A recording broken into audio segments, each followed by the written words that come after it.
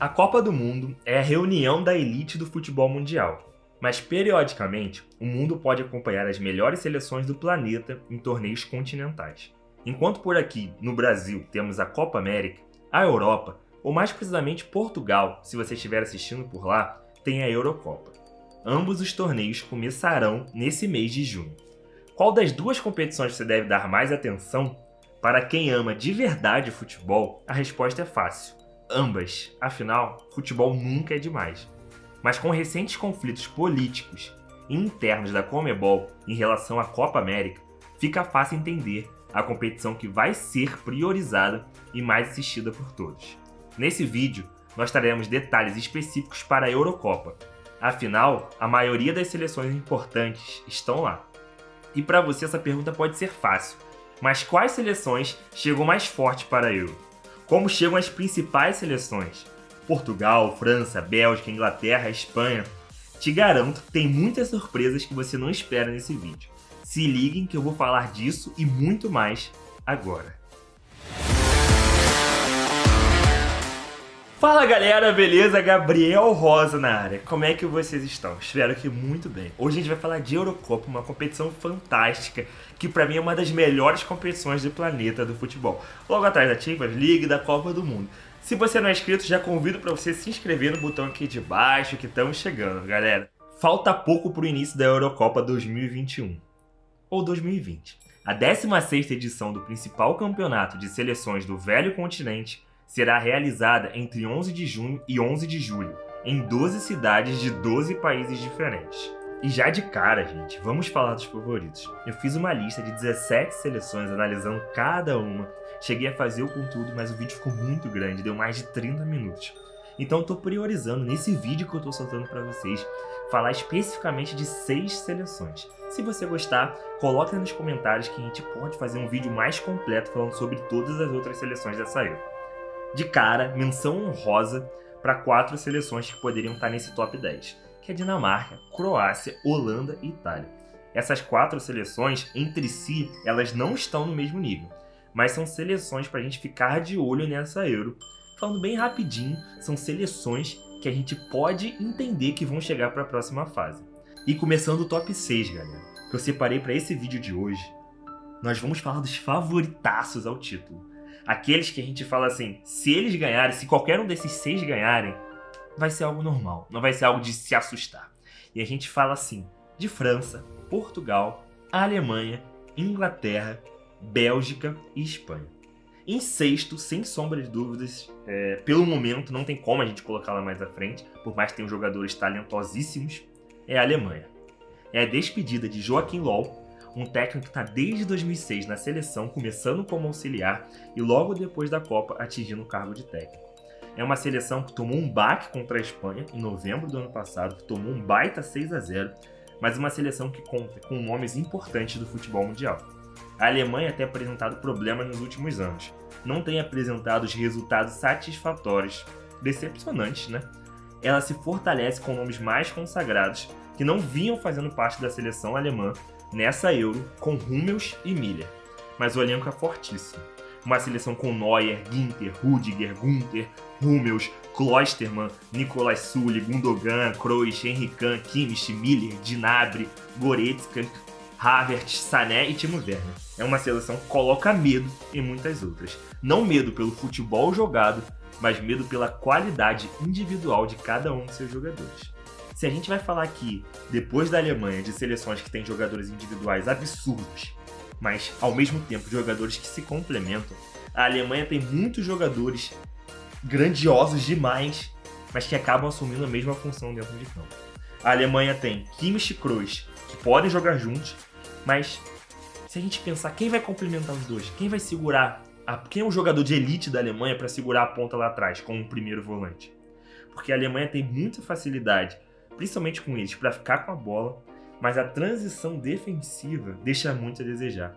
Porque os dois não são jogadores de pegada para fazer um desarme ou para atuar bem na hora de defender. E isso acaba quebrando a Alemanha um pouco. Por mais que tenha Gundogan e Goretzka como grandes nomes para atuar ali no meio, não tem um jogador de recuperação de bola. Isso atrapalha um pouco eles. Tem Werner, vocês já sabem que eu tenho uma raiva chute dele é absurdo, acho que ele perde muito gol. Isso pode acontecer e acabar prejudicando a Alemanha. Mas tem outros jogadores que atuam na mesma posição que seria difícil de encaixar. Por exemplo, como a gente vai encaixar o Miller e o Havertz junto? É um pouco difícil. A Alemanha está em um grupo muito difícil com França e Portugal, mas que pode se classificar para a próxima fase terminando na terceira posição e chegando forte para a fase final. Lembrando que lá na Euro, os 2 melhores colocados de cada grupo se classificam para as oitavas de final e os 4 melhores terceiros colocados dos 6 grupos também se classificam. Isso pode acontecer com a Alemanha, ou até mesmo Portugal e França, que vamos falar mais adiante. Em quinta colocada, a Bélgica. A Bélgica, que é a atual líder do ranking da FIFA, que é um ranking que leva muito momento, o resultado dentro de campo, é uma seleção muito sólida. Talvez o trabalho mais longo dentro de todas as seleções mundiais, comparando com o trabalho da França, da Alemanha e do Brasil. Tem uma lista mais óbvia, eles não mudaram muito para essa convocação, com exceção do ponta Deco. Aposto no Hazard, que não jogou bem nos últimos 2 anos, que nem conseguiu jogar direito, que estava fora de forma, que se machucou, mas que permanece nessa lista. Não sabemos se ele vai ser o titular, mas ele está na equipe.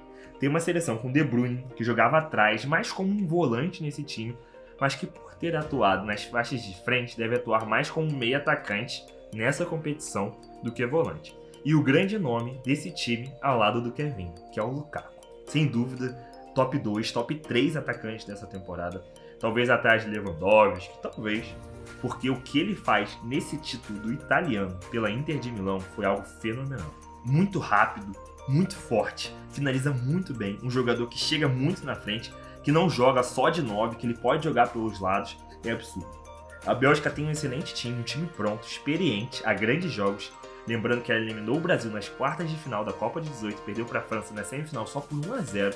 Uma seleção que já sabe como vai jogar, mas que tem dificuldade de estar mais à frente por conta da fase de seus jogadores principais.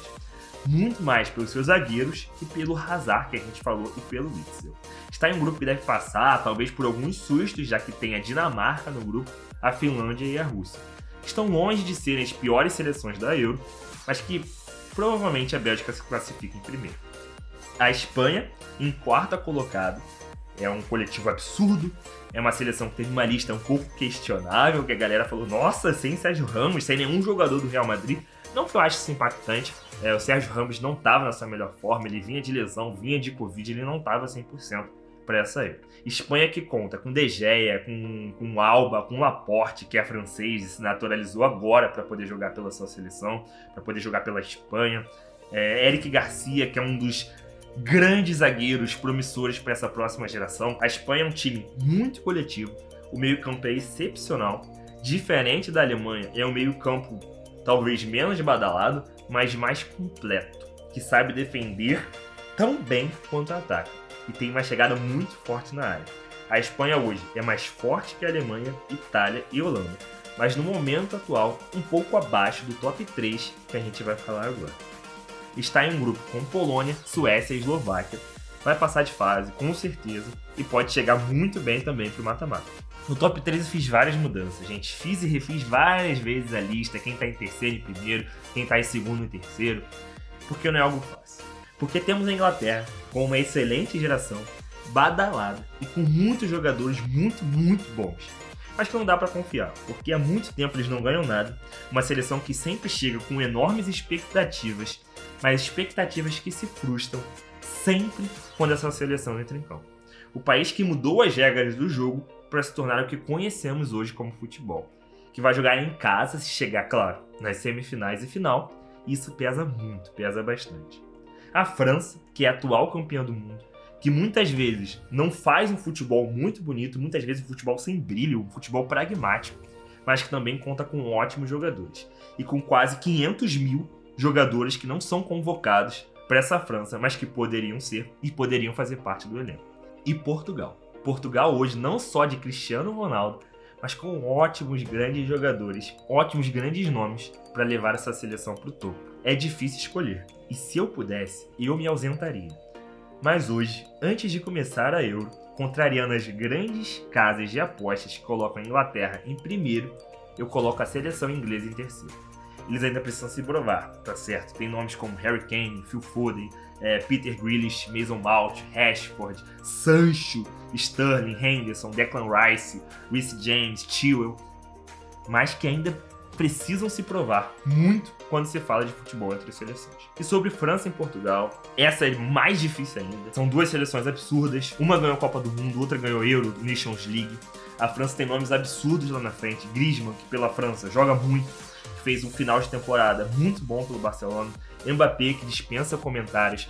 Benzema, que tá voltando para essa seleção depois de mais de 5 anos. Um dos top 3, top 4 atacantes dessa temporada, que eu falei lá na Bélgica, Lukaku, tem Lewandowski e Haaland. Pra mim, o Benzema tá nesse top 4 da temporada. E Portugal, gente, que é a atual dona da Euro, atual campeã da Nations League, um time extremamente forte em todas as posições do campo, que conta com o maior artilheiro das grandes seleções, Cristiano Ronaldo.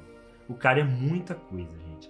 E agora ele conta com excelentes jogadores ao seu lado para poder chegar de novo nessa missão de Euro, que é o João Félix, Bernardo Silva, Diego Jota, Bruno Fernandes, que para mim só ficou atrás do Kevin De Bruyne nessa Premier League como meio atacante, um jogador extremamente decisivo, e Rúben Dias, um dos melhores zagueiros dessa temporada, ao lado de Marquinhos, pelo menos para mim. É uma seleção muito forte, muito pesada. Mas hoje, se eu pudesse escolher, seria França em segundo e Portugal em primeiro. É difícil, gente, fazer uma lista assim. Acho muito normal você aí querer mudar a lista, botar França em primeiro, Inglaterra, Bélgica e por aí vai. Alemanha, se você quiser. Mas como eu disse antes, gente, essa é uma lista mais para falar das seleções. Como elas chegam em termos de expectativa para essa Euro. Mas favoritismo não é nada quando você tem 5 ou 6 seleções absurdas disputando uma Copa. Sem contar outras como Holanda, como Itália. O futebol, gente, lida com imprevisibilidade. Portanto, surpresas podem e poderão acontecer no meio do caminho.